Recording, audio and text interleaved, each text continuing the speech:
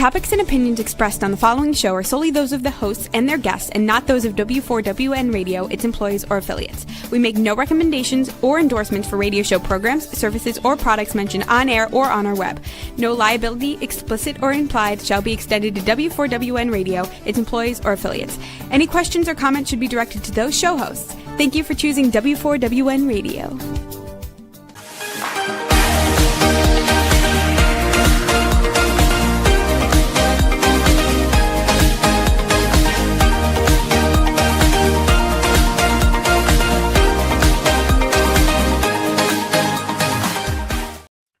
Hello and welcome to Fearless, Fabulous You. I am your host, Melanie Young, and I am so glad you're joining me. Today is June 17th, 2026.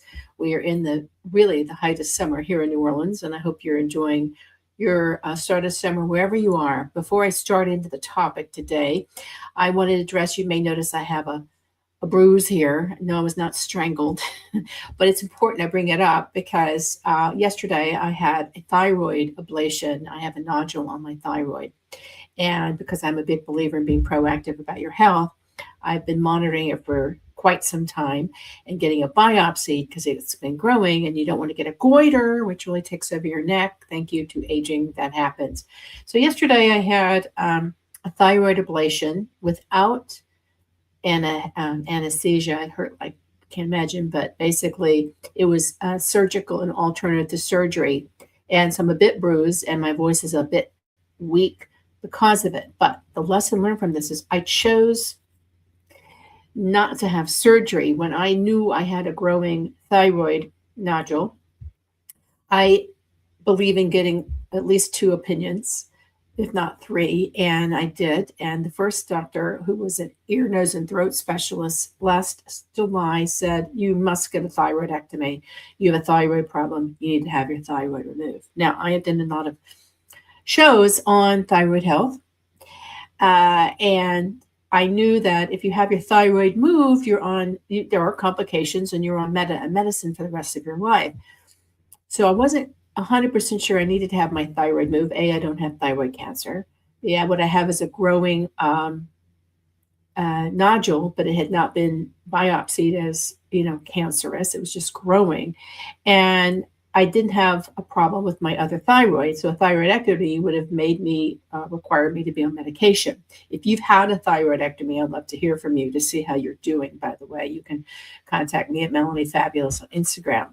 Anyway, through friends and research, I found a doctor here in New Orleans. He has patients all over. His name is Emil Kandil, Kandil, from the Kandil Thyroid Institute, Parathyroid Institute, and he specializes in has pioneered a procedure where they ablate the thyroid to shrink it and biopsy it rather than take it out. When I first met with this doctor, he almost burst out crying when I told him I was considering a thyroidectomy, because he said too many people, including women, just opt to have their thyroids removed because they don't want to deal with it anymore. But he said they don't understand the lasting and long-term impact that can do on your health and well-being. And so I obviously don't choose surgery unless I'm really 157 million%.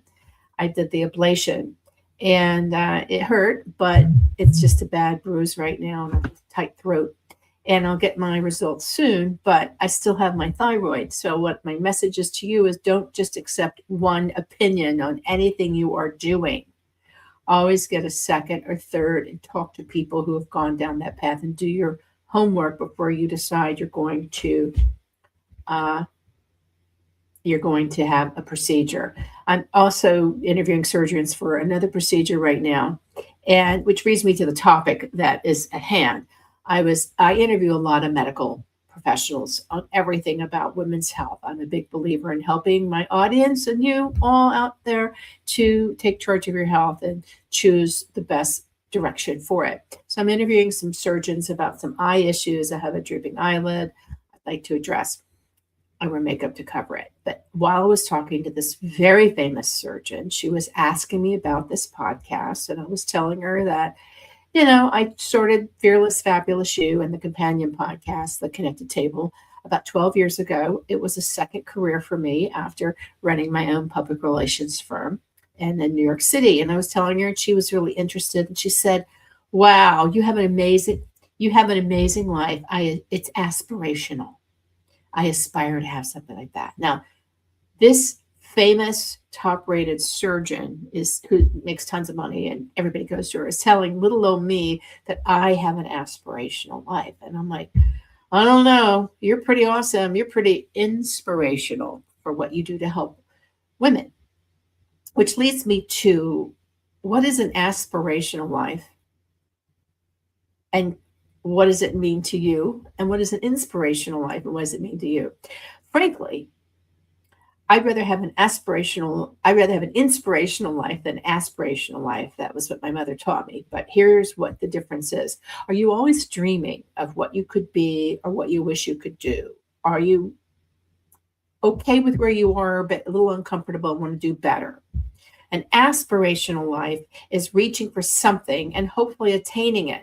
Aspire is actually aspiration describes setting objectives and goals. The root of it is to breathe and to reach out and breathe. So when you aspire, you want to stretch yourself, you want to grow, you want to become something. You were in the process of becoming and evolving. That's aspirational. Where inspirational is, you're already doing something that is almost like a role model to others. You are doing something that inspires and projects a sense of comfort and aspiration, but you're inspiring others to follow in your footsteps and wanting to better them and better the world.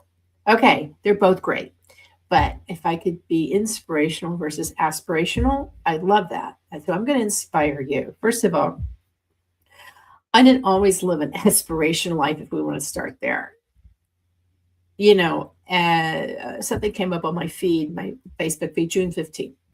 And it showed so many great pictures. And, you get those, year, this day in the memories. And June 15th popped up and I looked at this woman, they were all pictures of me traveling the world and doing all these amazing things. And I'm like, wow, she's pretty awesome. That's a cool life. It's an aspirational life. And I posted on my Facebook feed, boy, June 15th has been really great. It's aspirational and inspirational. Of course, I had to dodge a lot of minefields to get here. And that's what I get to. It's not always that easy. You do have to dodge a lot of minefields. You just don't talk about them. People who live an aspirational life and inspirational life don't really talk about their minefields. They talk about the positive and the proactive part. But if you aspire to improve your life and do something, what's stopping you? The can'ts, I can't do it. I can't, the won'ts, the will nots, should nots, could nots, would nots, not now, but when. Those are mental roadblocks, not physical roadblocks. So the first thing you would do if you want to move forward and, have this new life, you got to remove mental roadblocks. But let's take it a bit further. Why don't you sit down and really write down, what is it about your life that you love? I did this. Okay. I did this.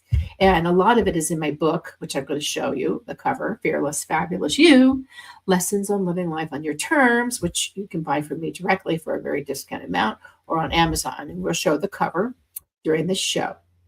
But Fearless, Fabulous You was about that girl who decided one day that she wanted to change her life.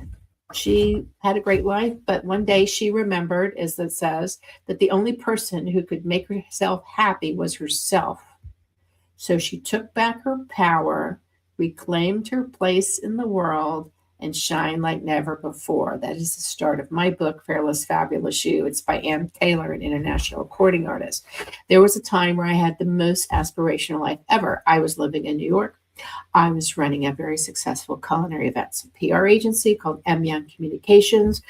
I was queen of the culinary PR world. I started the James Beard Foundation Awards, which just announced their 2026 winners this week. Shout out to all the women who won, lots of them. I started Restaurant Week for the city of New York. I had clients coming. I never had to go out and sell myself. People just came to my company. Young Communications. It was a great time. It was the 90s. New York was great. I was making lots of money. I was growing the business.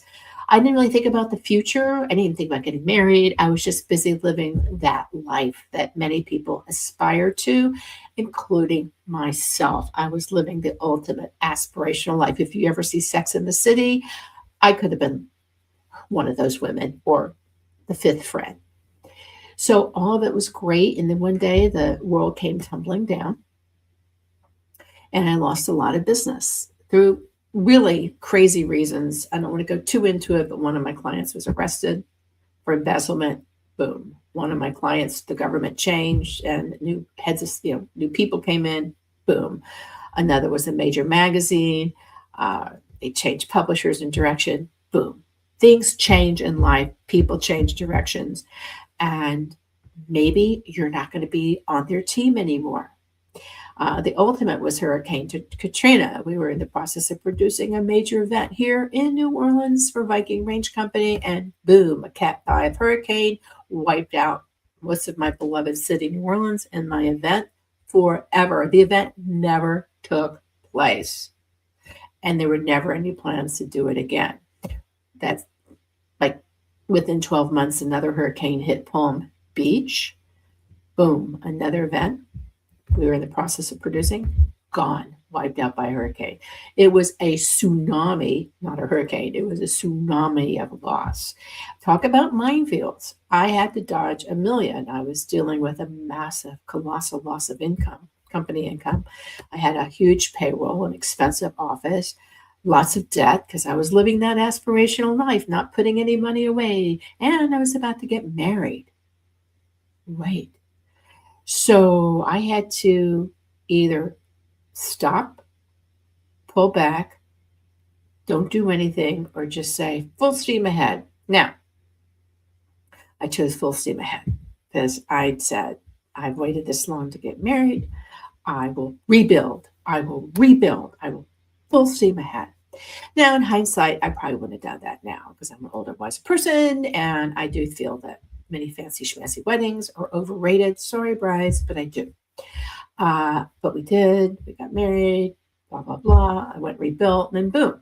Just as I was rebuilding my company and back on track, making good money, I tightened my team.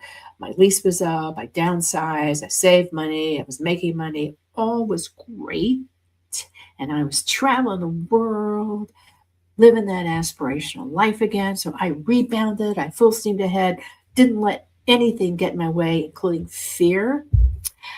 And what happens? I'm in Italy on a trip to help meet with different Italian organizations to put together really a fabulous tour of Italian wine regions in the United States. Dreamy, right? And I find a lump in my breast. Right. I'm sitting there lying in bed. I was doing my monthly self inspection, big believer in that. And I found a lump in my left breast. I was like, that didn't seem right. So I come back to the United States.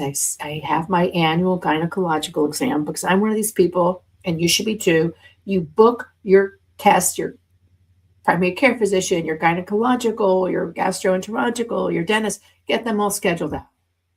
Just have them all ready. Mammogram was always October 31st, Halloween. How could I forget?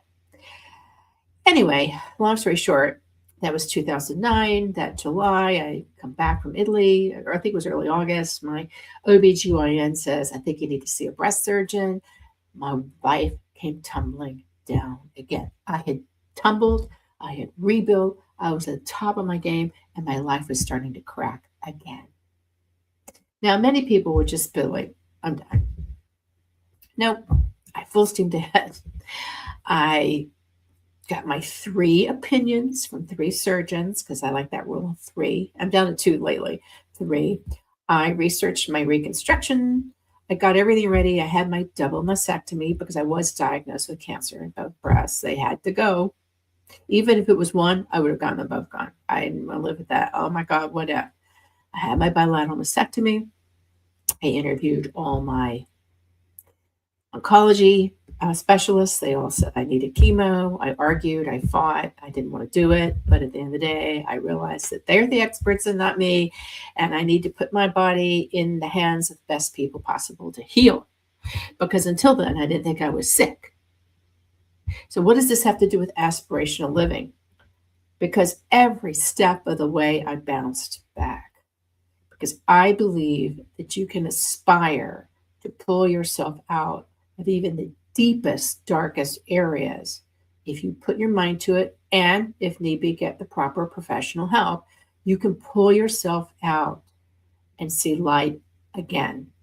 The tunnel gets longer and brighter, not darker and dimmer, but you got to work at it. You got to really be fearless and say, I'm worth it. Okay, so I aspired to be healthy again. I aspired to rebuild my life. And I aspired to help women do the same. The result of that is I wrote a book, Getting Things Off My Chest, A Survivor's Guide to Staying Fearless and Fabulous in the Face of Breast Cancer. I aspired to write a book. I did. I put my mind to it. I wrote it thinking about every single woman who was diagnosed with breast cancer, who, like me, just felt completely lost and couldn't find the right book that gave the most practical advice for getting through a journey you didn't want to take. So I wrote it. That book was followed by Fearless, Fabulous You, Lessons on Living Life on Your Terms, based on a blog I started for therapeutic reasons. I started writing. I wrote myself out of writing for me is therapy, basically. So, find the therapy that makes you happy and makes you centered. For me, it was writing at the time. It's a little different now.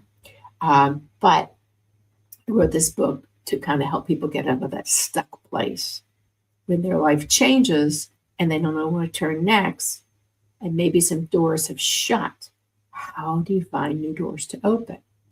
Well, aspirational living is you sit down, and maybe it's a journal, maybe it's a book, whatever. You sit down and you really think hard.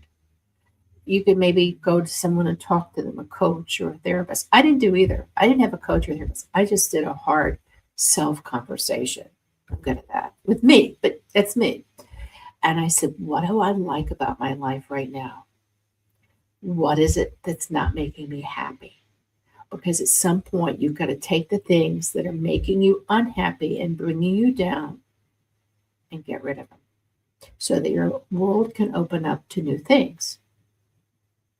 Now, this didn't happen overnight, and there were a lot of things I realized that were making me unhappy.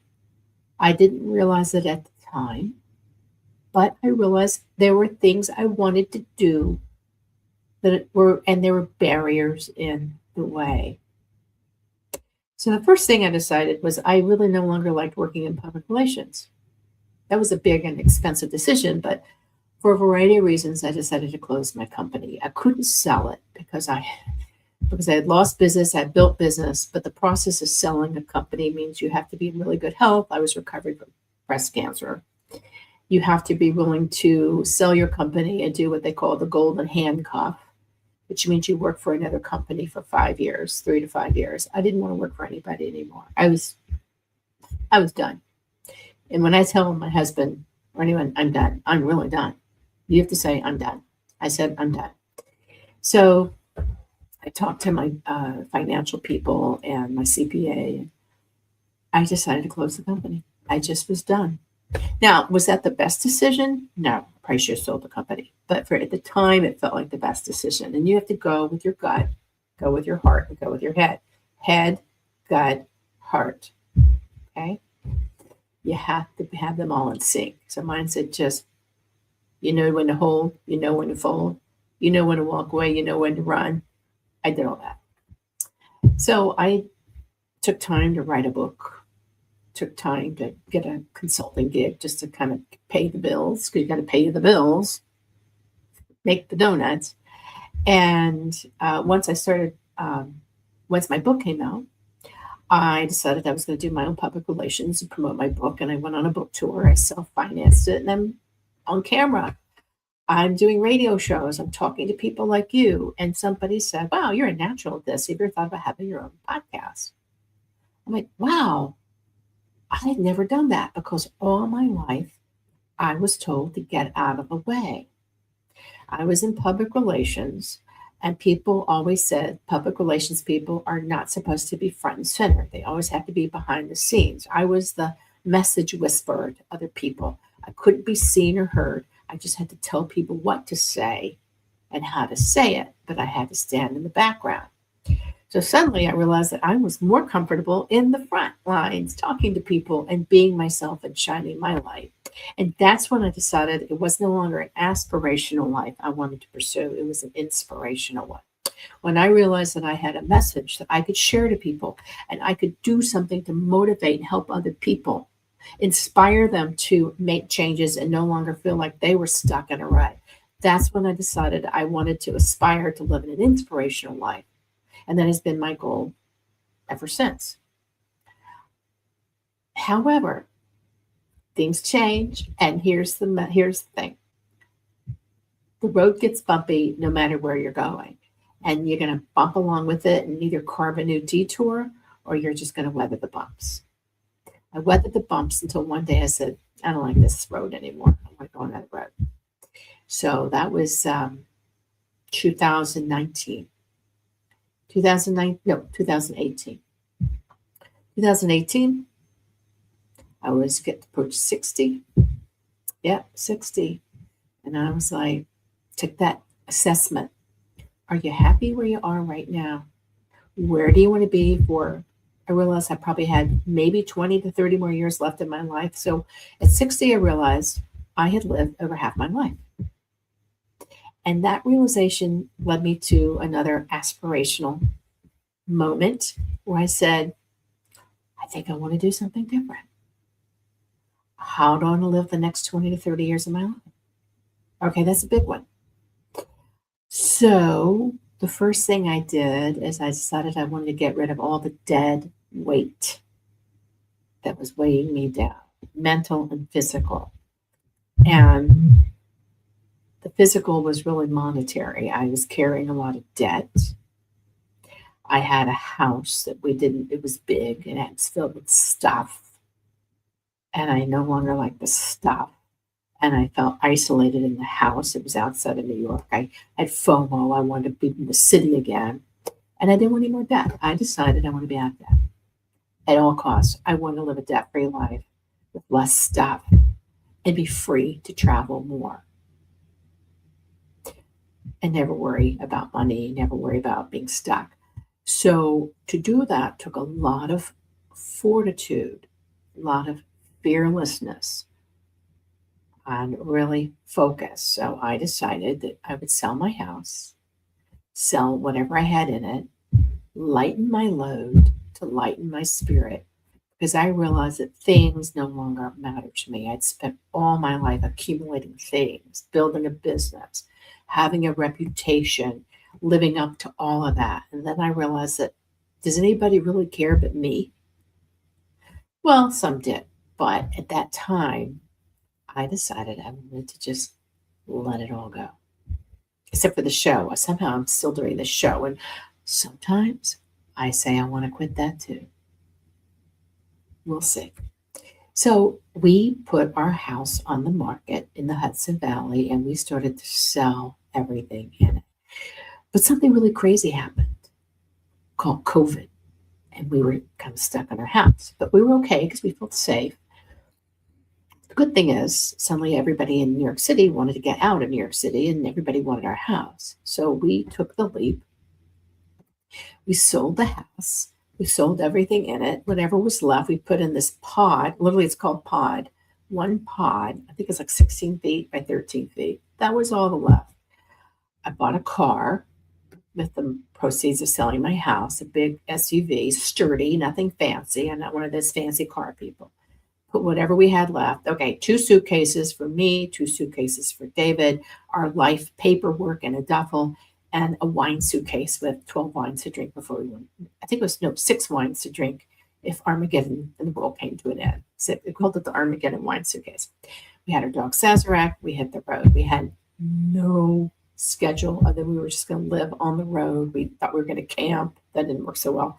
But the universe opened up, and suddenly we were staying in friends' second homes. They were being unused, cabins, wherever. Somehow we found a way to have a roof over our head for over 2 years, living on the road. It was aspirational in the sense that we were debt free, living on the road when many people were still confined to their homes during COVID. And people were like, I aspire to do what you do. That's when we started realizing that we had an aspirational life to other people, because we were still traveling and living well. And it seemed to be living really well because we were living simply and traveling around and posting about it. Nobody saw the other stuff, like, you know, where are we going to do our laundry or all that boring stuff? We didn't post that. But then it inspired people to say, I want to do that. I want to do what you did. Many people, friends since then, have sold all their belongings in their house to live a simpler life. Pretty awesome, right? So our aspirational life became inspirational. It was great. But then we realized that had to end also. When my mother became ill, we moved in with her to take care of her. And that was a different kind of life, but we knew that it was important and we did it. But we continued to travel with her blessing. So here's the thing. The sacrifice was to give up that free and easy life to go take care of my mother, and she was difficult. But I knew I had to be her caregiver. I was her only child, her only daughter, and I wanted to be there for her, and I think it's important. And I realized that it would be a temporary detour in the road of life, and it was maybe 2 years. I know friends who've been caring for their mother for almost a decade. You do it if you want to help and because you're their daughter and because they would do it for you. But she still said, please, I want you to keep traveling and living your life. I don't want to burden you. She never did. And we lived her life. I'm grateful to her for that. But what I learned in the process was that we did need a home. We did need a base. And at some point we needed it. And suddenly I wanted a base again. So I went from living on the road and and it was great, to I think I want a home now. So what I'm saying to you is your life is going to change and your priorities will change over time. An aspirational life is that you make it happen and don't wish it could happen. You don't wait for things to happen to you. You make things happen. But when things inevitably happen to you that you cannot control, you lose your job, you lose your clients, you get diagnosed with cancer, COVID locks you down, your mother gets sick. You learn to navigate it and make the best you can of the tricky situation. It could be a difficult situation, but you make the best of it. That's what you should always aspire to do when you're living your life. To me, an aspirational life is one where you're doing the best you can and living the best you can, whether it's within your means or you're seeking to improve yourself to get out of a situation and making a new life. As long as you are happy doing it, you're not hurting anyone else, and you can say, this is good, you're living what I consider not just an aspirational life, but an inspirational life. You're not complaining. You're not saying, oh, I wish. Oh, no, I can't. You just say, I'm going to make it work. So the surgeon who said I have an aspirational life, thank you, doctor. She inspires me because she helps people. Doctors help people, they inspire. I go take trips and write about them, and I'm aspirational because people say, oh, I'd like to do that. I hope you do.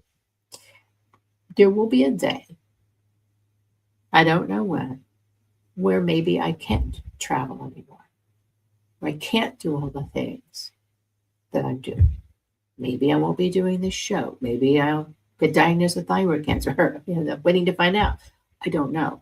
But I, as an aspirational life liver who wants to inspire others, believe that I will accept whatever comes along and make the best of it. I will take the lumps of clay and build a beautiful sculpture.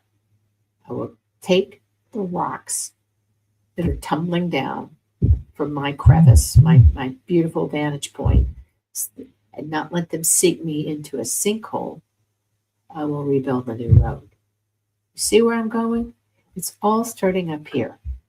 There will be physical challenges. Maybe your knees go, maybe your back goes, maybe your vision goes. You will work around it. Today, my husband and I woke up yesterday, June 16th was would have been his mother's 94th birthday. It's always hard that first year when you lose your parent and that first birthday comes, or that first Mother's Day, and you realize there's no one to call. It's tough. And I'll let him have his space, and I'll let him do his posting. And he said today, well, we got past my mother's first birthday when she was no longer with us. And I said, we did. I said, but I want you to remember that every day you wake up could be your last day. So how are you going to live it? I know that's morbid, but I'm one of these people that do wake up and believe this could be my last day. How do I want to live it? And I want you to think about that. Like, I spent a lot of time putting off things because I was too busy. I was too busy running my company. Oh, I don't have time to go visit somebody. I don't have time to call somebody. I don't have time to take this trip. I don't have time. I didn't have time, and I wasn't putting money away to do it later. So I wasn't even saving for that rainy day. So, one, be wise with your money. I wasn't, so I'm telling you very seriously. Put money away because it will rain. It will storm. It will be a tempest. It could be a tsunami. Be prepared financially. It's inevitable. And I don't know about you, but I just inherited all I could inherit. There's nothing left. Unless I win the lottery or go write a best-selling book or start a new business or do something happens. So you are in control of your finances. You are in control of your health, sort of. You're really in control of your finances. So be wise early on. As for your health, you can only be in control of your health the best you can, but genetics, life's tolls, and aging will take their toll. And you got to be prepared. So what do? You make sure that you are in the best health possible. You say no if something doesn't feel good. You say yes to doing things that make you feel better. Because something will happen and you want to be prepared. Okay? Then you look at your situation. Where are you living? Who are you living with? What are you doing in life? And you go, is this what I want to be doing for the next 10 years, 15 years, 5 years? And if it's not, then make a plan. Talk to people in the industries or talk to people who are doing talk to people. Say, I'd love to know how you achieved what you did. I'd love to know how I can get involved in what you're doing. I'd love to know how you made your change. But also have a reality check. Maybe you're at the point where you don't want to be doing anything. You just want to sit back and enjoy life. You don't have to be anybody or do anything. You can just sit back and enjoy life also.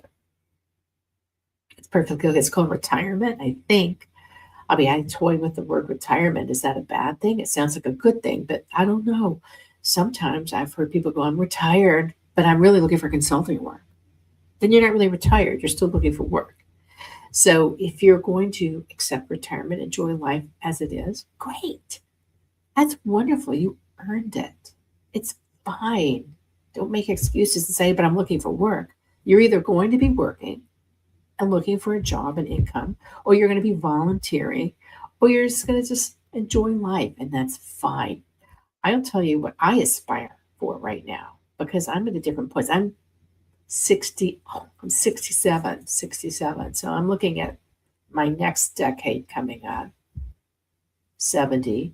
And then you go, well, I only have about 15 years left. I'm lucky. My mom died at 87. My dad is 79.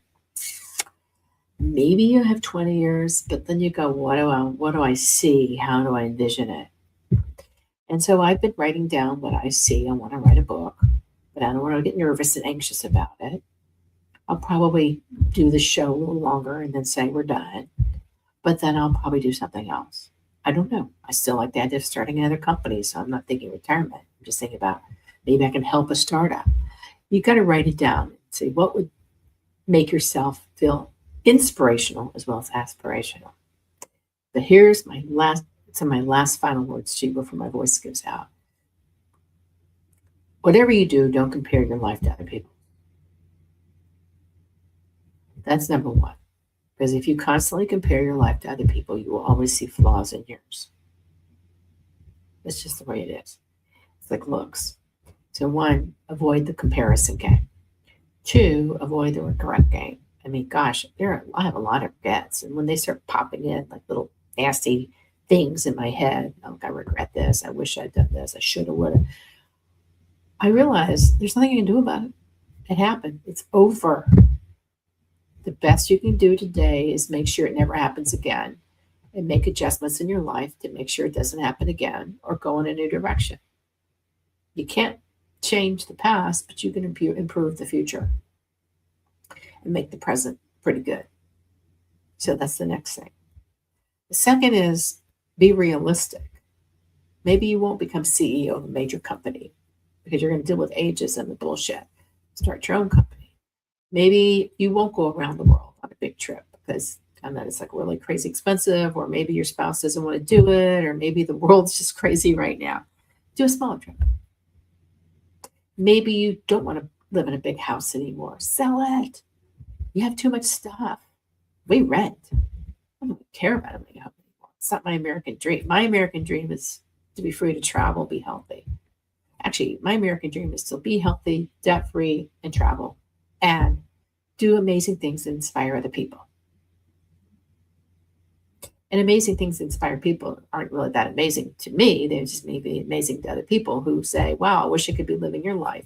Well, I hope that you live your own life. Don't live my life. Live your life. And do it the way you want on your terms. That's the ultimate. So, as we said, one day she remembered that the only person who could make herself happy was herself. So she took back her power, reclaimed her place in the world, and shined like never before. That's the essence of fearless, fabulous you. Shine your own light, connect with others, be social, be confident, put your self-care first. Realize that you have amazing talents, abilities, and skills that you can do whatever you want with it. And if you don't, take a class, learn something new, keep your mind active, keep your body active, and don't say, I wish I could, I should, I can't. Just do it. Somebody said to me this week, I said to I was my financial person, I was like, I think I want to spend money on X, but I'm nervous about spending any money.